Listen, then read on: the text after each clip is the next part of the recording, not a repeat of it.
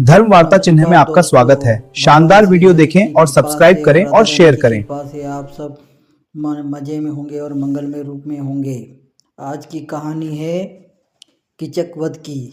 चलिए कहानी शुरू करते हैं। अब पांडवों को मत्स्य नरेश विराट की राजधानी में निवास करते हुए 10 माह व्यतीत हो गए। सवा एक दिन राजा विराट का साला कीचक अपनी बहन दुशाला को भेंट करने को आया। जब उसकी दृष्टि सुभद्रा द्रौपदी पर पड़ी तो वह काम में से पीड़ित हो उठा तथा द्रौपदी से एकांत में मिलने के लिए अवसर की ताक में रहने लगा। द्रौपदी भी उसकी कामना दृष्टि को भाप गई। द्रौपदी ने महाराज विराट एवं महारानी सुदेशन से कहा कि कीचक मुझे पर कुदृष्टि रखता है। मेरे 5 गंधर्व पति हैं, एक ने एक दिन वह कीचक का वध कर देंगे। किंतु उन दोनों ने द्रौपदी की बात को कोई परवाह न की। लाचार होकर एक दिन द्रौपदी ने भीमसेन के कीचक की कुदृष्टि तथा कुविचार के विषय में बता दिया। द्रौपदी के वचन सुनकर भीमसेन बोले, हे द्रौपदी, तुम उस दुष्ट कीचक से अर्धरात्रि में नृत्यशाला में मिलने का संदेश दे दो। नृत्यशाला में तुम्हारे स्थान पर मैं जाकर उसका वध कर दूंगा। द्रौपदी वल्लभ मतलब भीमसेन की योजना के अनुसार कीचक को रात्रि में नृत्यशाला में मिलने का संदेश दे दिया। द्रौपदी के उस संकेत से प्रसन्न कीचक जब रात्रि में नृत्यशाला में पहुंचा तो वह पर भीमसेन द्रौपदी की एक साड़ी से अपना शरीर मुंह ढककर वहां लेटे हुए थे। उन्होंने द्रौपदी सुरंध्री से समझाकर काम उत्तेजना की। कीचक बोला, हे प्रियतमे, मेरा सर्वत्र तुम एक निछावर है। अब तुम उठो और मेरे साथ रमण करो। कीचक के वचन सुनते ही भीमसेन उछलकर उठ खड़े हुए और बोले, हे रे पापी, तू द्रौपदी को नहीं अपनी मृत्यु को समक्ष खड़ा है। ले पर स्त्री पर कुदृष्टि डालने का फल चक। इतना कहकर भीमसेन ने कीचक को लात और घूंसों से मारना प्रारंभ कर दिया। जिस प्रकार प्रचंड आंधी वृक्ष को झंझोर कर डालती है, उसी प्रकार भीमसेन कीचक के धक्के मार मार कर सारी नृत्यशाला को घुमाने लगा। अनेक बार उसे घुमा घुमा कर पृथ्वी पर पटकने के बाद अपनी भुजाओं से उसने गर्दन को मरोड़कर उसे पशु की मौत मार डाला। उसी दुर्गति को देखकर द्रौपदी के अत्यंत संतोष प्राप्त हुआ। फिर वल्लभ मतलब भीम, सुभद्रा, द्रौपदी चुपचाप अपने अपने स्थानों पर जाकर सो गए। प्रातःकाल जब कीचक का वध कर समाचार सबको मिला तो महारानी दुशाला, राजा विराट और कीचक के अन्य भाई आदि विलाप करने लगे। जब कीचक के शव को अंत्येष्टि के लिए ले जाया जाने लगा तो द्रौपदी ने राजा विराट से कहा, इसे मुझे पर कुदृष्टि रखने का फल मिला गया है। अवश्य ही मेरे गंधर्व पतियों ने इसकी यह दुर्दशा की है। द्रौपदी के वचन सुनकर कीचक के भाइयों के क्रोधित होकर कहा, हमारे अत्यंत बलवान भाई की मृत्यु ऐसे सुदृढ़ द्रौपदी के कारण हुई, अतः इसे कीचक की चिंता के साथ जला देना चाहिए।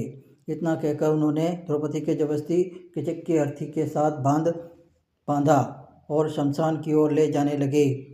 कंक, वल्लभ, वहल्लभ, तनिपाल तथा ग्रंथियों के रूप में वहां उपस्थित पांडवों ने द्रौपदी का यह दुर्दशा देखी नहीं जा रही थी, किंतु अज्ञातवास के कारण वे स्वयं को प्रकट भी नहीं कर सकते। इसलिए भीमसेन चुपके से परकोट के लांघ कर शमशान की ओर दौड़ पड़े और रास्ते में कीचक तथा मिट्टी के सारे अंगों को पर लपेट कर लिया और फिर एक विशाल वृक्ष को उखाड़कर कीचक के भाइयों पर टूट पड़े। उसमें से कितनों को भी भीमसेन से मार डाला और जो शेष बचे अपने प्राण बचाकर भाग निकले। इसके बाद भीमसेन द्रौपदी को सांत्वना देकर महल में भेज दिया और स्वयं नहा धोकर दूसरे रास्ते से अपने स्थान लौट आए।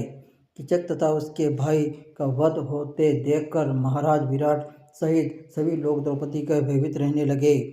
कीचक के वध की सूचना आंधी की तरह फैल गई। वास्तव में कीचक बड़ा पराक्रमी था और उसे त्रिगण और राजा सुरभा भी हस्तिनापुर के कौरव आदि डरते थे। महल के केवल राजकुमार उत्तराधिकारी थे। प्रजा के रक्षा के लिए गुहार लगाते देख सुभद्रा द्रौपदी से रहा ना गया। उन्होंने राजकुमार उत्तर को कौरव से युद्ध करने के लिए जाते हुए देखकर खूब फटकारा।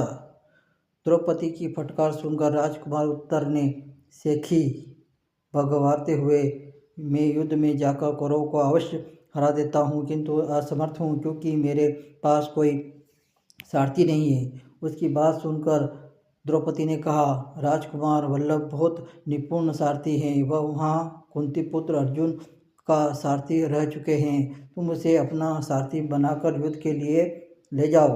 अंत में राजकुमार उत्तर वल्लभ ने सारथी बनाकर युद्ध के लिए निकला। उस दिन पांडव के अज्ञातवास का समय समाप्त हो चुका था तथा उसके प्रकट होने का समय आ चुका था।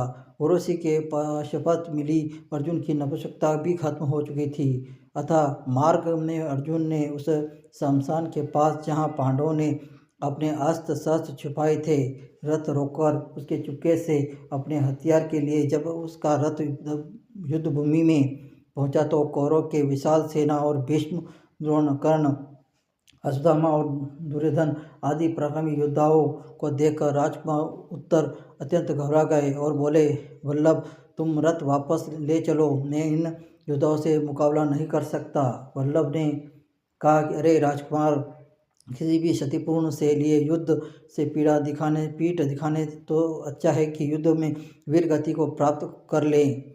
उठो, अपने अस्त्र शस्त्र को करो युद्ध। किंतु राजकुमार उत्तर पर वल्लभ के वचनों का कोई प्रभाव नहीं पड़ा और रथ के कूदकर भागने लगे। इस पर अर्जुन वल्लभ ने लपक कर उसे पकड़ लिया और कहा, राजकुमार भयभीत होने की आवश्यकता नहीं है। मेरे होते हुए तुम्हारा कोई भी बाल नहीं बिगाड़ सकता। आज मैं तुम्हारे समक्ष स्वयं प्रकट कर रहा हूँ। मैं पांडु पुत्र अर्जुन हूँ और कंक युधिष्ठिर है, वल्लभ भीमसेन है, तनपाल नकुल है तथा क्रंथी सहदेव है। अब मैं इन युद्ध करूँगा, तुम अब इस रथ की भागदौड़ संभालो। ये वचन सुनकर राजकुमार उत्तर ने गदगद होकर अर्जुन के पैर पकड़ लिए और देवदत्त शंख की ध्वनि रणभूमि में गूंज उठी। उसी विशिष्ट ध्वनि को सुनकर दुर्योधन भीष्म बोले, पितामह, यह तो अर्जुन के देवदत्त शंख की ध्वनि है। अभी तो पांडवों को अज्ञातवास समाप्त नहीं हुआ है। अर्जुन स्वयं को प्रकट कर दिया, इसलिए अब पांडवों को पुनः 12 वर्ष का वनवास और 1 वर्ष का अज्ञातवास भोगना पड़ेगा। दुर्योधन के वचन सुनकर भीष्म पितामह ने कहा, दुर्योधन, कदाचित तुम्हें ज्ञात नहीं है कि पांडव काल की गति जानने वाले हैं। बिना अवधि पूरी किए अर्जुन कभी सामने नहीं आ सकते। मैंने गणना कर ली है कि पांडव के अज्ञातवास की अवधि पूर्ण हो चुकी है। दुर्योधन एक दीर्घ निश्वास छोड़ते हुए बोले, अब मैं अर्जुन का विनाश कर चुका हूँ। अब पितामह, हम शीघ्र ही व्यूह रचना कर लेना चाहिए। इस पर भीष्म ने कहा, अवश्य, तुम एक तिहाई सेना को लेकर गौवा के साथ विदा हो जाओ। शेष सेना के साथ लेकर हम लोग यहाँ पर अर्जुन से युद्ध करेंगे। भीष्म पितामह परामर्श के अनुसार दुर्योधन गौवा के लेकर 1/3 सेना के साथ हस्तिनापुर की ओर चल पड़े। यह देखकर दुर्योधन रणभूमि को लौटकर जा रहा है, यह अर्जुन ने अपना रथ दुर्योधन के पीछे दौड़ा दिया और भागते हुए दुर्योधन के मार्ग में ही घेर कर अपने असंख्य बाणों से उसे व्याकुल कर दिया। अर्जुन के बाणों से दुर्योधन सैनिकों के पैर उखड़ गए और पीठ दिखाकर भाग गए। सारी गुहाएं भी भस्मी हुई विराट नगर की ओर भाग निकली। दुर्योधन को अर्जुन के बाणों से घिरे देखकर कर्ण, द्रोण, भीष्म आदि सभी वीर उसकी रक्षा के लिए दौड़ पड़े। कर्ण के सामने देखकर अर्जुन को क्रोध का पारा न रहा।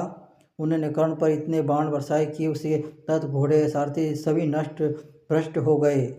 कर्ण भी मैदान छोड़कर भाग गया। कर्ण के चले जाने पर भीष्म और द्रोण एक साथ अर्जुन पर बाण छोड़ने लगे, किंतु अर्जुन अपने बाणों के बीच में से ही उनके बाणों को टुकड़े टुकड़े कर देता था। अतः अर्जुन की बाणों की व्याकुलता होकर सारे कौरव पांडव छोड़कर भाग गए और कौरव को इस प्रकार भागने जाने पर अर्जुन विजय शंख बजाते हुए विराटनगर लौट आए। आगे की कहानी हम कल सुनेंगे। पांडवों का राज्याभिषेक। तब तक के लिए जय श्री राम।